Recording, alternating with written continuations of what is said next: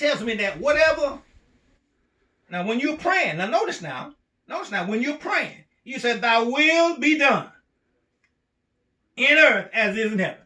I wonder sometimes, do we recognize when we're saying prayers, when we're saying our prayers, what we're saying? Thy will be done. Not my will, not yours, but his will be done in earth as it is in heaven. Now, notice now, if his will going to be done in earth as it is in heaven, that simply means that he can't condone, or he's not going to condone anything but righteous, because there is no unrighteousness in heaven. See in heaven, we have polices and cops down here. But there is no need for a policeman in heaven, because there won't be no thieves there. We have grocery stores and clothing stores down here. There won't be no need for that, because they don't have that in heaven. Okay? So now, when it comes down to righteousness and unrighteousness, God is not going to allow unrighteousness in heaven. So, if he's not going to let unrighteousness be in heaven, he wants us to be righteous down here. So his will is that we be righteous. His will is that we do the right thing. So we said, "Let your will be done." Well, his will is, and I'll tell you another thing, the will of him, his will is that none should perish. That's his will now. That's his will. Now, whether you miss it or not, that's still his will.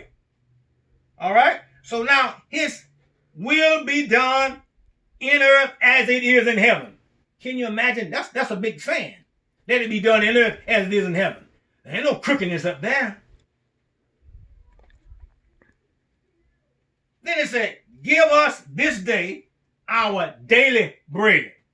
Now you're thanking God now. You appreciate God. You showing some gratitude. Give us this day. You're asking him, but you say, "Give us this day our daily bread." And then, he does that. He looks out for us. He looks out for us. And he's good. He's great. He's almighty. It's good to talk to the Lord in prayer. And not only just to pray for yourself, but let us pray for others as well.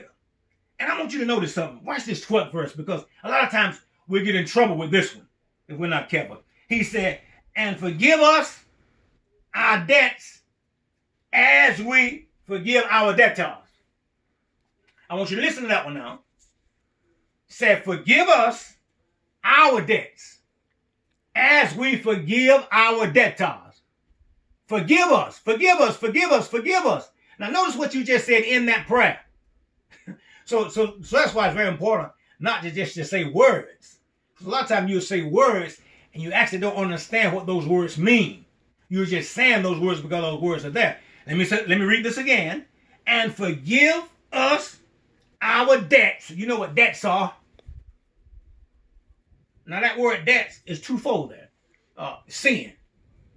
Okay? Sin is one. All right? Now, forgive us our debts as we forgive our debtors. So let's look at that. Sin. You just told the Lord in your prayer that, "Lord, forgive us our debts as we forgive our debtors." But notice now, what if you're not forgiving your debtors? Now that means God can't forgive you, but you like making a deal in your prayer. You saying, "Lord, forgive me as long as I'm forgiving others. Forgive me as I forgive others." But Jesus is saying, but you're not doing that. You're saying it, but you're not doing it. Jesus is saying, you're saying, "Lord, forgive me only if I forgive others." No. So Jesus said, you're saying it, and I'll do it. But before I can do it, he said, you got to do something. Now look at that 12th verse. Because again, that gets us in trouble now. It says, "And forgive us." So we ask the Lord, "Lord, forgive us our debts," all stuff that we have done, as we forgive other folks.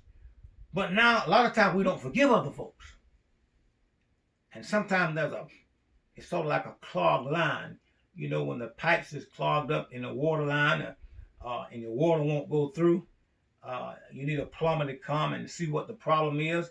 The line is clogged up, and so as long as you fail to forgive your fellow man, long as you refuse to forgive your debtors, and you are asking God to forgive you, God says I can't do it because there's something that's holding the flow up. So until the water get where it can flow clearly, the Lord said, I won't be able to help you. But now, if you're truly and really meaning this in your prayer, God said everything is going to be all right. Now, notice now, and lead us not into temptation, but deliver us from evil. Deliver us from evil.